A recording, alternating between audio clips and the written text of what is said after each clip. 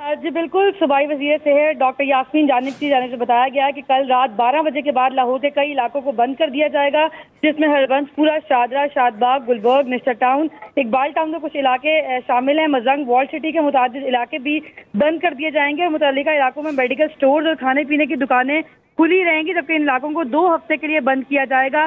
یہ وہ علاقے ہیں جن کو ٹارگٹ کیا گیا تھا اور ان علاقوں میں کورونا کے بہت سارے کیسز بھی سامنے آئے۔ ان کی نشاندہی کے بعد یہ فیصلہ کیا گیا ہے، اس میں کینٹ بھی شامل کر دیا گیا ہے۔ تو کل رات 12 بجے سے یہ اطلاق ہوگا اور ان علاقوں کو مکمل طور پر بند کر دیا جائے گا، مگر میڈیکل سٹور اور کھانے پینے کی اشیاء میسر ہو سکیں گی۔ جی ٹھیک ہے، دعا ہمیں اس حوالے سے آگاہ کر رہی تھی، دعا آپ کا شکریہ۔